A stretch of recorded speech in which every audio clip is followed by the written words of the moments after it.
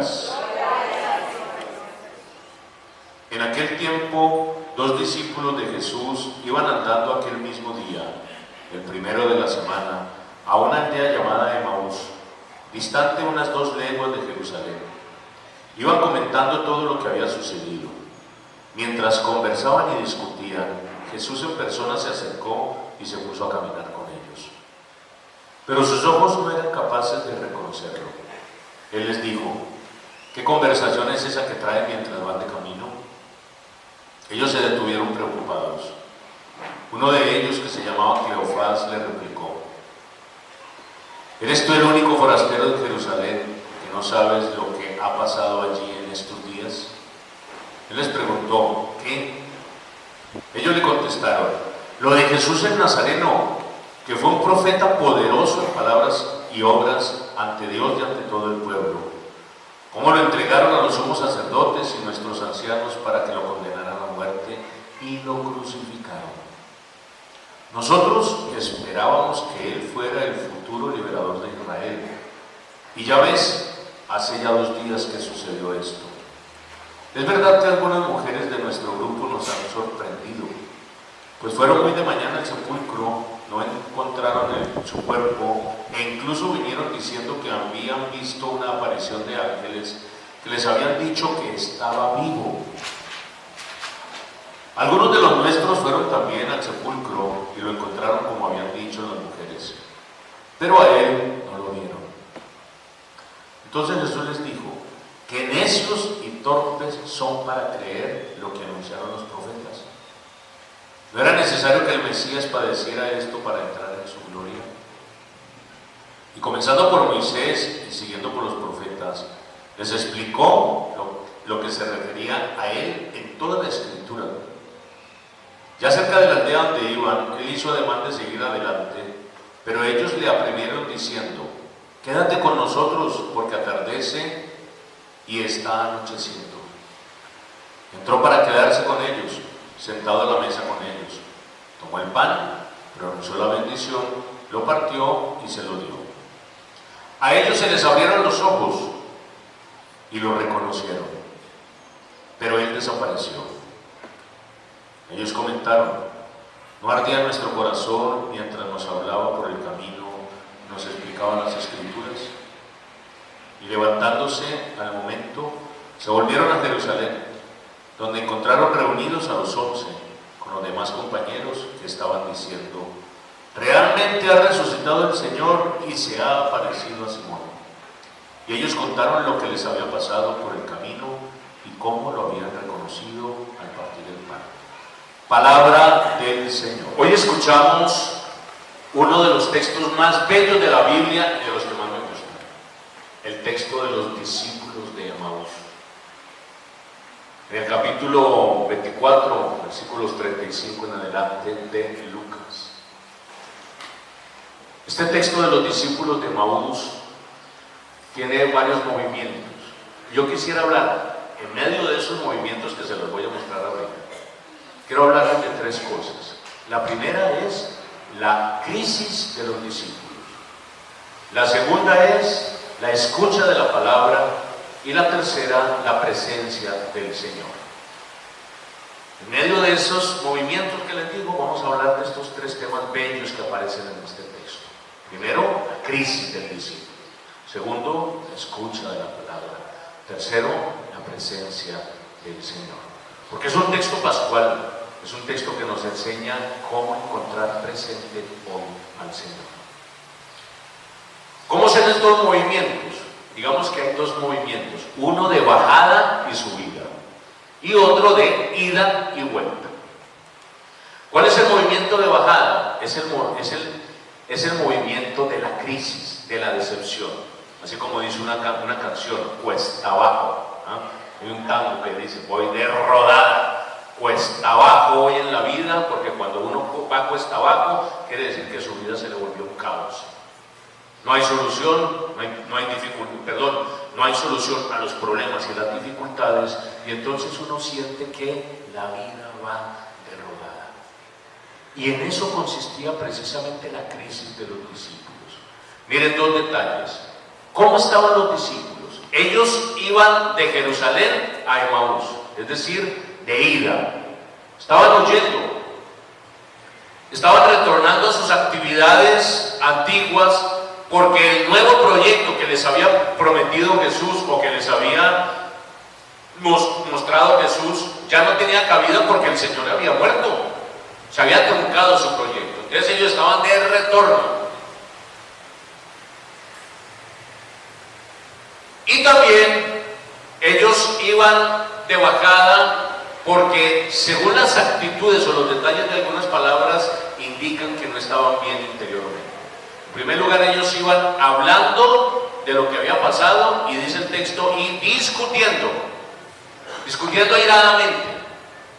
Así como cuando uno tiene un problema, o ha habido una crisis en la familia, o en el trabajo, o en el grupo, o ha habido una tragedia, y uno empieza a echarle la culpa a alguien.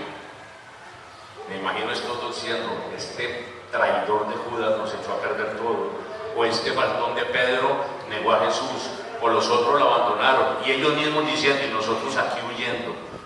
Cuando llega una crisis en la vida, cuando llega un problema en nuestra historia, buscamos a quién echarle la culpa y nos ponemos a pelear. Reina el caos y la confusión. Así estaban ellos. Y también estaban preocupados. Hay otra actitud de ellos, otro calificativo. Estaban preocupados. ¿Por qué preocupados? Pensando que tal vez los iban a tomar presos a ellos también, por ser del grupo de Jesús. En este primer momento, en este camino de bajada y de ida, se refleja la frustración propia del discípulo, que nosotros también podemos recrear en nuestra propia vida cuando tenemos dificultades, problemas y fracasos. Pero existe un segundo momento, y es el momento de la escucha de la palabra. Y la escucha de la palabra como que nos va cambiando el significado de las tragedias. Es leer la misma historia con otra interpretación. Y es lo que hace precisamente aquel forastero que se le acercó a los discípulos y que les preguntó: ¿de qué hablan? Ellos decían: ¿acaso ustedes no saben de Jesús Nazareno, el que teníamos todas las esperanzas de que iba a libertar a Israel, pero ya lo mataron, hace 2 días que pasó esto y estamos fregados? Por ahí dicen que las mujeres fueron a verlo al sepulcro y unos ángeles le dijeron que estaba vivo, y otros decían que también, que no habían visto el sepulcro, que estaban vivos, pero nosotros no sabemos de eso. Nosotros no tenemos la prueba de que esté vivo.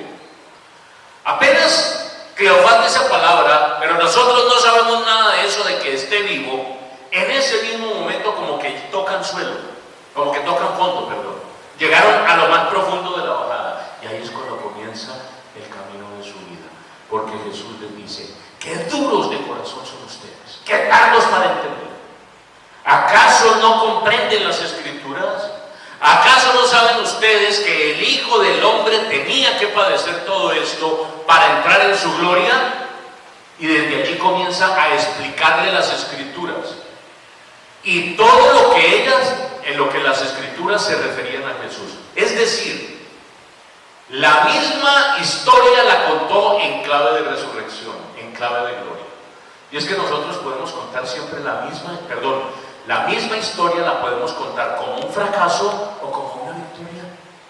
Eso depende de la actitud de la persona, eso depende de la motivación del corazón. Ellos habían visto la muerte de Jesús como un fracaso. Jesús estaba viendo su propia muerte como una victoria. Lo importante de esto es que cuando Jesús comienza a hablar y comienza a explicarle las Escrituras, como que ellos empiezan a tener una paz en su corazón. La escucha de la palabra produce paz en el corazón. La lectura o la escucha de la palabra comienza a hacernos entender que las tragedias que vivimos en nuestra vida tienen una clave de salvación. Que la entrega y la muerte por otra persona no es un fracaso, es una victoria. Diciendo eso, Jesús termina el camino, como que ya llegaron a la subida, estaban próximos a llegar al pueblito de Emaús. Jesús hace como que sigue adelante Pero ellos le dicen, no, espera, quédate, que está atardeciendo, la tarde va cayendo, quédate con nosotros. Ahí viene el tercer punto que quería hablar con ustedes, y es la presencia del Señor. ¿Qué podríamos decir de esto? Que cada vez que Jesús comienza a hablar, así sea para regañarnos, nos gusta. ¿No conocen ustedes personas que regañan tan dulcemente que a uno le gusta que lo regañen? Porque regañan muy bonito. Es dura su palabra, es fuerte, cuestiona, pero uno se siente bien. Hay otros que regañan muy feo. Pero los que regañan muy bonito son aquellos que su palabra, cuando es fuerte y cuestionante, edifica al otro. Y era precisamente lo que estaba haciendo Jesús con estos señores. Por eso le dijeron, quédate con nosotros. Jesús accedió, tomó el pan, porque obviamente lo invitaron a cenar, lo partió, se los dio, y cuando hizo eso, ellos recordaron lo que había hecho Jesús hacía 3 o 4 días, la última cena. Es el mismo. Y dice el texto que apenas hizo ese gesto, se le abrieron los ojos, porque ellos, aunque lo habían visto, no lo habían reconocido. Hablaron con él varias horas de camino y no se dieron cuenta que era el mismo Jesús. Solamente cuando hubo un gesto en el cual Jesús había dicho, hagan esto en memoria mía, este gesto hizo que ellos descubrieran que verdaderamente era el Señor. Pero miren la belleza de este texto, apenas lo reconocen, desaparece de su vista. Como que, ay, ya está con nosotros, vamos a abrazarnos, a saludarnos, ¿sí? Y se les desvaneció. Y estaba entonces ahora presente en la especie del pan y del vino. Aquí encontramos dos maneras de ver la presencia de Jesús. La presencia en su palabra, que les fue enamorando el corazón, y la presencia sacramental a través del pan y del vino. Este texto es profundamente eucarístico.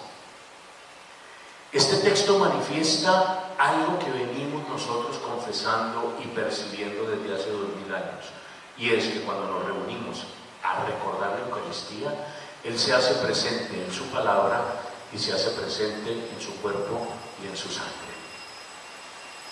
Pero hay otro detalle, y es el más bello de todos. Ellos hicieron el camino de regreso. Ya habían hecho el de bajada y subida. Ahora hacen el de regreso, porque cuando llegan a Emaús y sienten que Jesús estaba presente, salieron corriendo a decir, se nos apareció el Señor. Y cuando llegaron donde Pedro y le dijeron, se nos apareció el Señor, ellos también estaban diciendo a ellos, a nosotros se nos apareció el Señor.